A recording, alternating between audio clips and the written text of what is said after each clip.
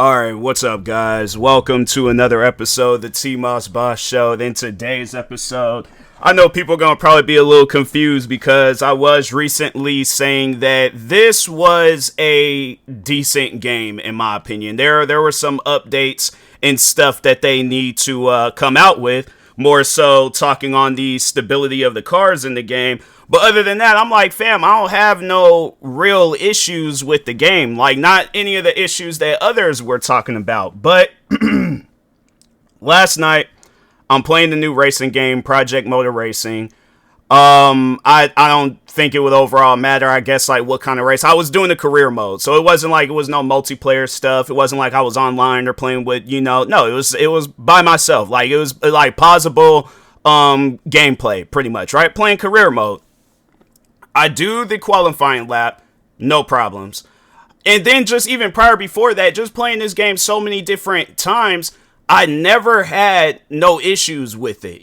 Throughout the duration of myself going up to Best Buy and getting the game, I never had no issues with it, besides like the stability of the cars and stuff. But I waited for them to come out with an update, and I'm like, okay, cool. Everything should be fixed now, which it was. The AI difficulty was a little bit better. What else? Handling was a little bit better and stuff. So I'm like, okay, at this point, I can enjoy this game. Because I just remember when Forza Motorsports, when that game came out, a lot of people didn't like it. Because of, like, it was more so with the lack of content. But as far as gameplay, never had no issues with Forza Motorsports. So that's why I'm like, okay, I ain't even tripping, when it comes to this game and stuff. Because, yeah, the game was at a very negative rating. Currently, right now, it's at a mostly negative. And it's deserving. For what they're doing in that game, it's very deserving. So anyways, last night, I'm playing the game. I do the qualifying race, no problems. I start the the actual race itself, because I ended up qualifying in first place, spun out a little bit. It got to the very last lap, like literally probably seconds away from me crossing the finish line. And it's me in this car. We're like neck and neck. It gets intense. This is the moment in the race where it's like everybody's on the edge of their seat and they're like, fam, who is going to win this race? The game crashed on me. And I'm playing this on PlayStation. So you would think that PC, I can understand, because you got so many different types of computers out there where if you guys develop this on one computer, I would imagine that it would be more optimized for that computer versus console. There ain't no such thing as like different Xboxes and PlayStations and all that. There's one Xbox Series X, one Xbox Series S, one PlayStation 5, both digital and disc. And even on top, like the hardware more so is what I'm talking about. It's like there's nothing different with the hardware. A PlayStation is a PlayStation, an Xbox is an Xbox, a Nintendo Switch is a Nintendo Switch, and so on. What I'm trying to figure out is how does a game that is developed for a PlayStation 5 manages, and what's crazy, Gran Turismo, Forza, The Crew, I'm trying to think of some other games I done played on both Xbox and PlayStation. I've never had this issue unless there is something going on with the developers. Because what I would like to know is, why would you guys put out a game that's going to be crashing for people? And then you ain't even trying to roll out no patch update. Like, you guys are trying to do the bare minimum of work because of the holidays and all that stuff. This is what I overall see for this game. I ain't giving them no deadline. This game currently right now, it's going to be another Test Drive Unlimited Solar Crown situation. Because I'm not waiting until next year in order. My thing is this. I didn't pay for the game next year. I paid for this game when I bought it. So I shouldn't have no issues or no problems and all these crashes and bugs and issues. I'm trying to play a game and enjoy it. Why is that too much to ask for? And people are going to try to say, oh, it's me, it's my PlayStation, oh, maybe it's your Wi-Fi, try this, try that. Fam, I don't, let me, because I feel like I have to do this from time to time, because I feel like that there are going to be people that's going to try to defend it. There ain't no defense for it. None whatsoever. I don't care if you're a video game developer. I don't care if you're the person that developed Project Motor Racing. I don't care if you've been playing video games longer than I have. I've been playing video games long enough to know that stuff like that is not normal. Because with all the different racing games I've played throughout my life on multiple different consoles and PCs, and I'm trying to think what else. Just overall, like handheld, all that stuff. I ain't never had it where a game crashed on me unless the developers they either don't know what they're doing or they're doing something wrong. And you need to come out with a patch update, not whenever you guys feel like coming out with a patch update. You need to be coming out with a patch update as I am doing this podcast episode. That's how you guys need to be working. Because my thing is this. When I'm trying to get something done, I'm not going to be like, oh, I'll get it done, whatever. No, I'm going to get it done when I have the time. Not even on some stuff where it's like I have the time. Because I feel like they're going to take that and try to use it against me. If there's a product, and I guess like with me, I always put out finished products. Like if I'm putting out a YouTube video, I don't put out half the video and then put out the other half later on. No, I put that video when I'm finished with that video. That's when you guys will see that video. When I'm finished with the song, that's when you guys will hear that song. Same with TikToks, voiceovers, any podcast episodes, any form of content that I'm putting out is going to be finished. It ain't like I can like, oh, let me go and roll out a patch update or this or that, but I'm going to do it next year. My thing is this, do you guys think that would be a successful content creator if I'm like, oh, I messed up on this video, I'm going to work on it next year. And this is a video that you guys like, I've been hyping up this video all year long, and then when the video finally does come out, audio issues, color issues with the visuals and stuff, the video's too low, all these other like problems, I'm like, oh, I'll do it next year. You guys ain't gonna be watching my videos no more. I'm probably gonna lose subscribers. So my thing is this, if it wouldn't be able to work for me, why should it work for these guys? Oh, because like, oh, the thing is this, people are gonna, you know what, I'm ready for all defenses whatsoever, because my thing is this, I paid $500 for this PlayStation 5, I paid $70 for this video game, I'm paying, however much PlayStation Premium is, I'm paying for all these different things, I'm paying for my Wi-Fi, and the Wi-Fi box, it's definitely one of the most expensive, it's one of them like high-end Wi-Fi boxes, so it can't be my internet connection, I ain't never heard of an internet connection causing the game to crash. I can see the game shutting down or being like, oh, you disconnected from online, but I don't see how my Wi-Fi, because I feel like people will try to come up with any and everything's possible to defend this. There's no defense for this. Something is wrong with these developers. If your guys' game comes out and it comes out as a very negative on Steam, it comes out with what 1-2 stars on PlayStation. I don't know what the reviews were for Epic Games and Xbox, but my thing is this, something is wrong with your guys' video game. There is. And anybody that wants to sit down and defend that, you're the problem too. Because I'm not hearing no defense whatsoever. If I didn't paid all this money for it, if that's the case, then the game should have been free.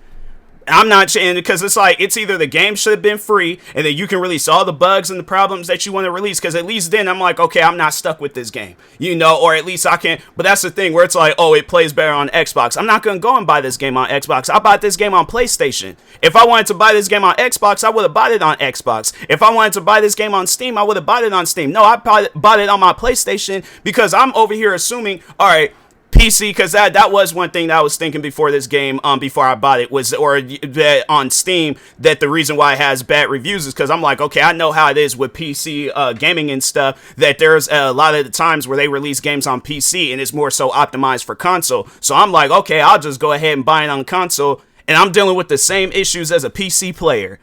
Like, it's things like that where I'm like, fam. And the developer, I guess, like, he's been developing video games for a minute now. Hold on for a second. Let me see real quick. I don't think they got, like, a Wikipedia page or anything. But, let's see. Project Motor Racing. Just go to the Steam page.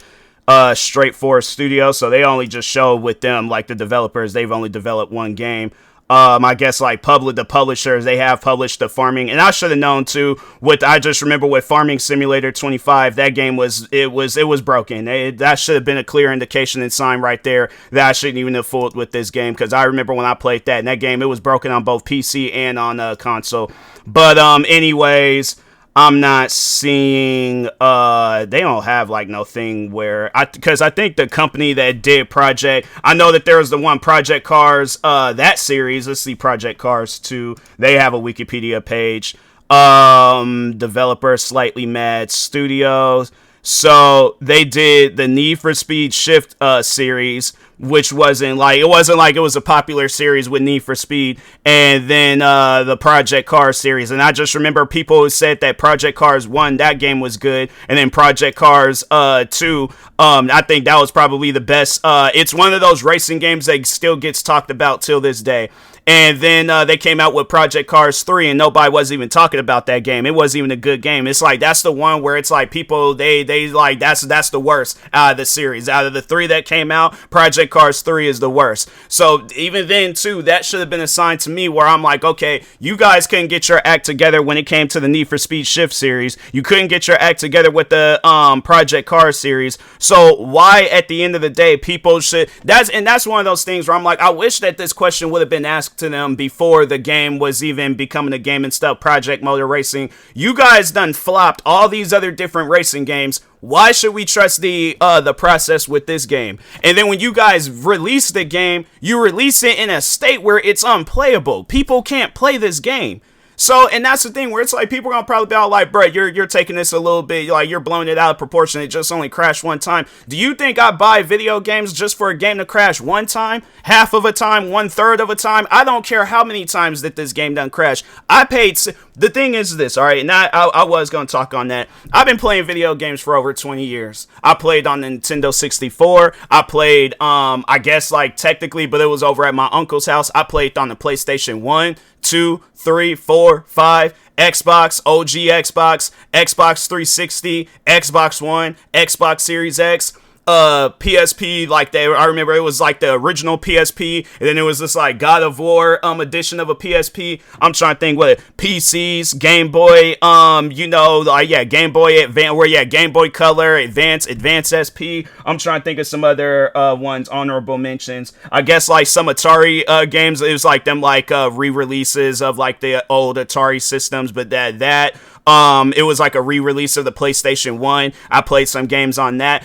Thing is this. I've been playing video games for a long period of time. That's like telling somebody that's like, oh, like, let's say a professional wrestler for something, or for an example, they're all like, oh, you don't know professional wrestling because you're not a business guy like Vince McMahon or Triple H or any of that stuff. People probably were saying the same thing about Triple H when they was like, oh, you don't know nothing about the wrestling business. Meanwhile, he's been a wrestler for like, what, 20-something years? So and I feel like people would say some stuff like that to me, talking about, I don't know nothing about video games. Meanwhile, I've been playing video games for 20-something years. So I think I would know a little bit about something, but it's just overall, throughout the, like, my times, because I have to say, racing games is probably my favorite. Racing is my favorite genre when it comes to video games. So I done played a lot of different video games. I done played a good portion of the Gran Turismo games. I played every single Forza game, from the Forza Motorsport series to the Forza Horizon series. I played Project Cars. I done played the Midnight Club, Need for Speed. What are some others? I done played a lot of different racing games.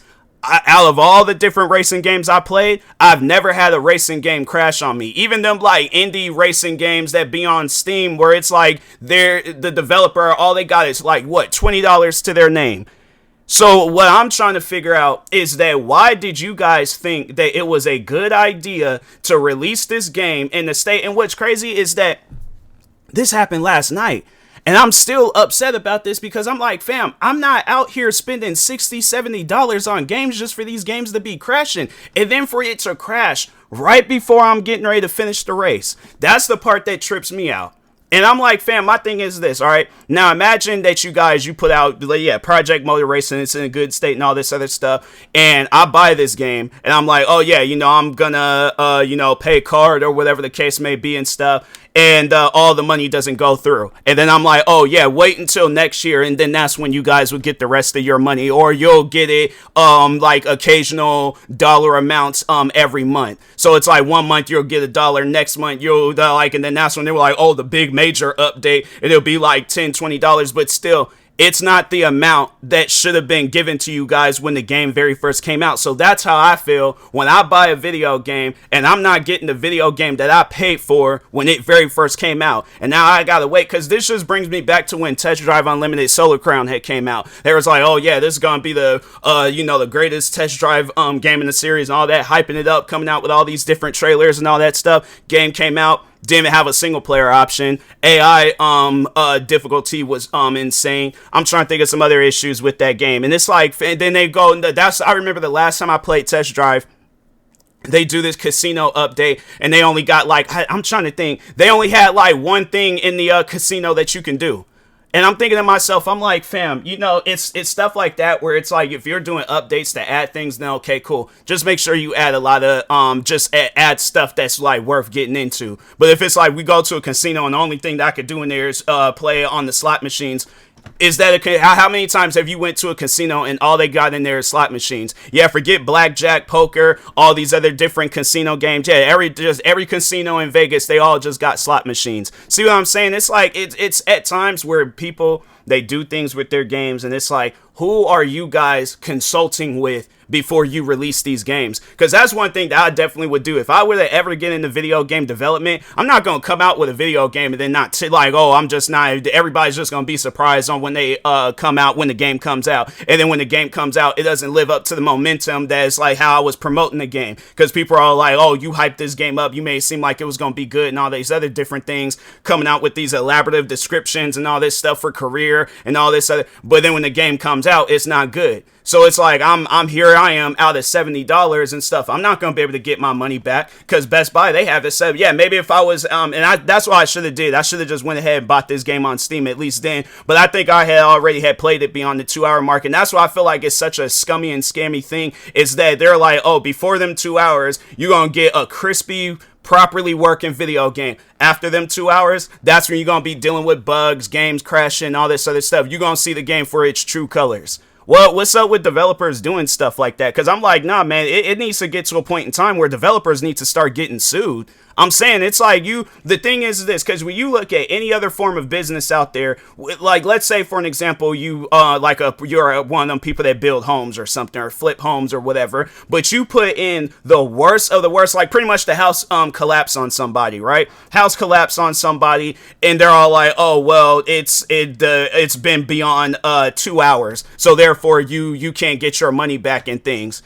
We're going to court. If my house collapsed on me and it's like, I don't care how long it's been, we're going to court. I trusted you guys on giving me a fully functional working house, and the house collapsed on me, and you're talking about, oh, it's been beyond the 2 hour mark, so therefore we can't give you your money back. We can't do nothing to, no, I'm not hearing that.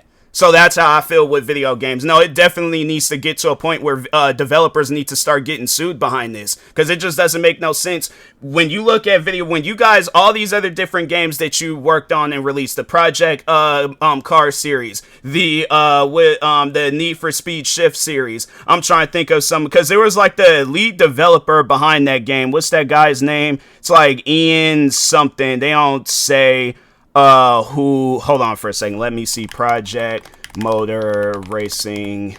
Let's see. Ian. Yeah, here. Okay, so this is the guy.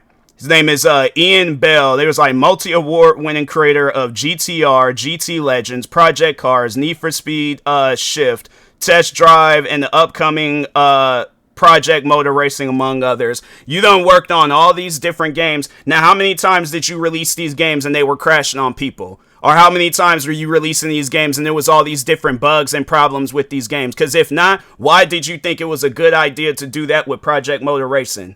That's what I'm saying. It's like, and you know what's crazy is that somebody criticized them for this video game and he blocked them. And I'm thinking to myself, I'm like, oh, what? How? It's that person paid to play your guys' video game and the game doesn't work. How do you think? If my thing is this, you go out and you buy a car and that car won't start up, you gonna feel a certain way about that. If you go and you buy a pizza and the pizza is uncooked, you gonna feel a certain way about that. If I'm trying to think of some other things. You put your kid through school, or you pay for them to go to the best possible school possible. They spend from kindergarten all the way to 12th grade, and they still just know the same information they learned when they was in preschool. You gonna feel a certain way about that. So why is it okay for developers to release video games that's unfinished and they charge in full price for them? And that's the thing. It's not like this game is like a $20 or a free game or whatever. No, this is the price of one of the I guess the next generation prices, where it's $69.99 on PlayStation.